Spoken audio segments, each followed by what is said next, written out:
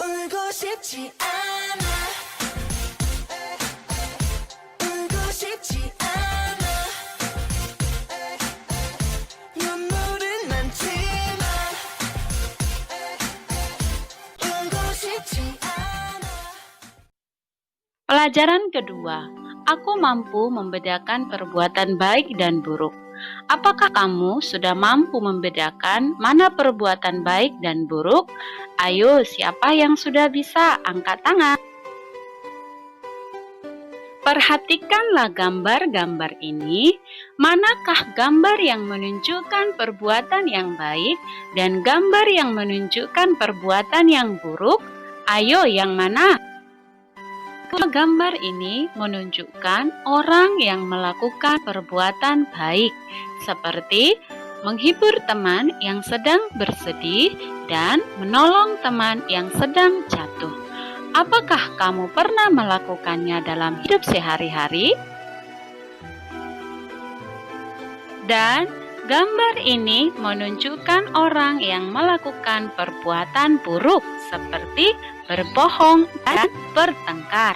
Apakah kamu pernah melakukannya? Ayo. Perbuatan baik adalah perbuatan yang sesuai dengan keinginan Tuhan, memberikan kebahagiaan, rasa syukur, dan bangga. Anak-anak, ada banyak sekali contoh-contoh perbuatan baik, seperti jujur, mau menolong, semangat, berbagi, rajin belajar, dan tekun berdoa. Ibu yakin kita semua juga sudah pernah melakukannya. Anak-anak, banyak loh akibat dari perbuatan baik. Nah, kalau kita sering berbuat baik, maka kita memiliki banyak teman, dipercaya, dipuji, dan diberkati. Tetapi kalau kita dipuji, jangan menjadi sombong, tetapi tetap rendah hati. Perbuatan buruk tidak diinginkan oleh Tuhan karena merugikan banyak orang, mengakibatkan kesedihan, kekecewaan, kemarahan, dan lain-lain. Anak-anak, ada banyak sekali contoh-contoh perbuatan buruk yang tidak perlu kita lakukan, seperti mengejek, bertengkar, mencuri, berbohong, tidak mau berbagi dengan teman, dan lain-lain. Nah, perbuatan-perbuatan buruk ini tidak diinginkan oleh Tuhan, maka kita tidak boleh melakukannya karena akan merugikan diri kita sendiri, juga merugikan orang lain. Ingat ya anak-anak, jangan dilakukan. Nah, anak-anak yang terkasih, setelah kita mengikuti pembelajaran dari awal tadi sampailah kita di akhir. Nah, pesannya adalah Tuhan telah memberikan pikiran yang sehat kepada kita. Nah, pikiran yang sehat ini kita gunakan untuk membedakan mana perbuatan yang baik dan mana perbuatan yang buruk. Kalau perbuatan baik kita ikuti dan perbuatan buruk kita hindari. Maka tugas kita apa? Melakukan semua perintah-perintah Yesus. Yaitu apa tadi? Melakukan perbuatan baik sampai kita menang. Nah, kalau kita sudah menang, kita akan memberikan kebahagiaan bagi banyak orang, kebahagiaan bagi Tuhan, kebahagiaan bagi orang tua, teman-teman, dan tetangga. Maka anak-anak, semangat ya untuk melakukan perbuatan-perbuatan baik dalam hidup sehari-hari. Oke, sampai kita menang. Anak-anak, mari kita menari dan menyanyikan lagu "Hati-hati gunakan tanganmu" dengan penuh semangat dan gembira untuk memuji Tuhan. Dinyanyikan dan dipraktekkan dengan baik ya, sampai benar, oke?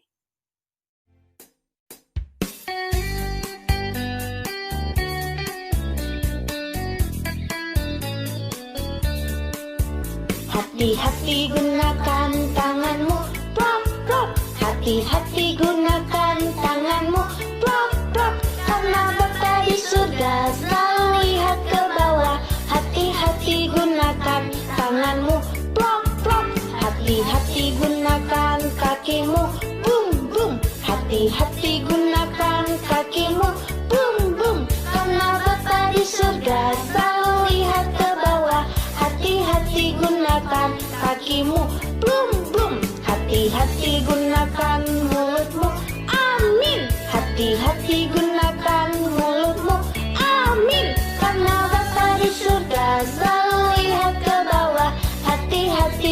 gunakan mulutmu. Amin. Hati-hati gunakan matamu. Oh yes. Hati-hati gunakan matamu. Oh yes. Karena Bapa di surga selalu lihat ke bawah. Hati-hati gunakan matamu. Oh yes. Anak-anak, terima kasih. Selamat siang, selamat bertemu kembali dengan kami. Ibu Guru kelas 4 akan menjelaskan tentang sikap baik dan tidak baik. Semoga kalian semua hari ini dalam keadaan yang selalu baik dan selalu sehat. Nah, setelah kalian tadi melihat tayangan cerita dan penjelasan yang tadi sudah kalian lihat, sekarang Ibu mau menjelaskan contoh sikap baik dalam kehidupan sehari-hari. Yang pertama, menggunakan produk dalam negeri. Menggunakan produk dalam negeri itu berarti kita sudah mengikuti sebagai warga negara yang baik untuk selalu menghargai karya anak bangsa. Jadi kita tidak selalu harus membeli suatu produk yang berasal dari luar negeri, tetapi kita tetap harus bangga terhadap produk dalam negeri. Itu adalah salah satu kita sebagai warga negara Indonesia yang bersikap baik. Yang kedua, menyampaikan pendapat dengan sopan di depan kelas atau saat kita bermusyawarah bersama. Contoh yang kedua ini, ketika kita di kelas, kita mengadakan diskusi atau rapat, misalnya contohnya memilih ketua kelas, maka keputusan rapat atau keputusan musyawarah yang mungkin berbeda dengan pendapat kita, maka kita akan menghargai, tidak boleh merendahkan pendapat orang lain. Itu contoh sikap yang baik yang kedua, menghargai pendapat yang disampaikan oleh orang lain. Yang ketiga, membiasakan hidup berhemat, tidak suka boros atau berfoya-foya, dan memenuhi kebutuhan sesuai kebutuhan yang diperlukan. Maksudnya adalah bahwa kita harus memenuhi kebutuhan sesuai apa yang kita perlukan. Jadi kita tidak harus ketika kita mempunyai uang, kita tidak harus selalu apa yang kita inginkan, kita harus membelinya. Tetapi kita harus memilih-milih mana yang penting dan tidak penting bagi kita.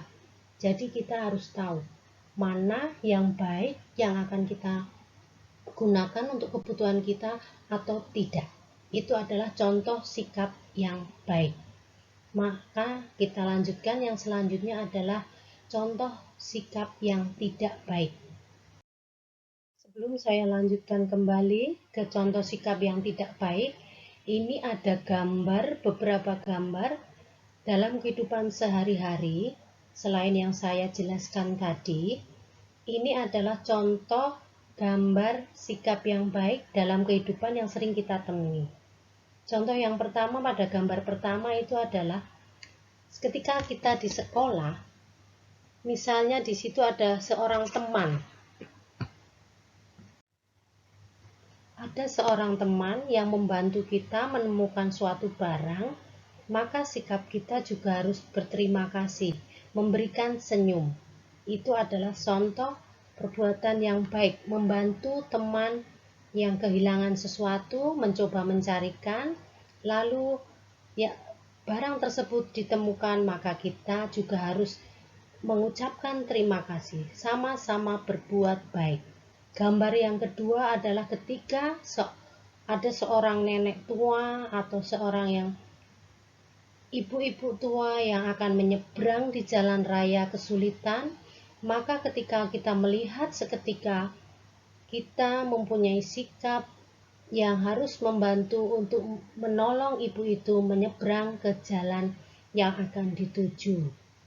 Itu gambar yang kedua.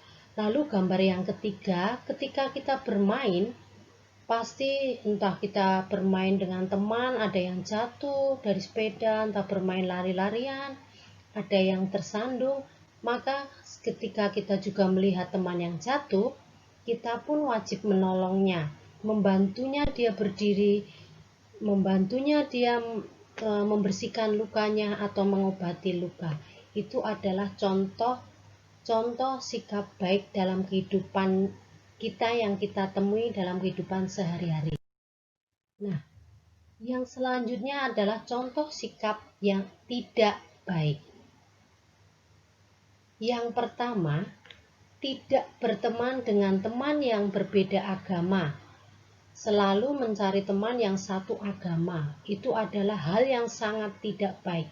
Kita itu berteman dengan siapa saja. Tidak membeda-bedakan agama satu dengan yang lain. Semua agama adalah sama, yaitu hanya berdoa, percaya kepada Tuhan.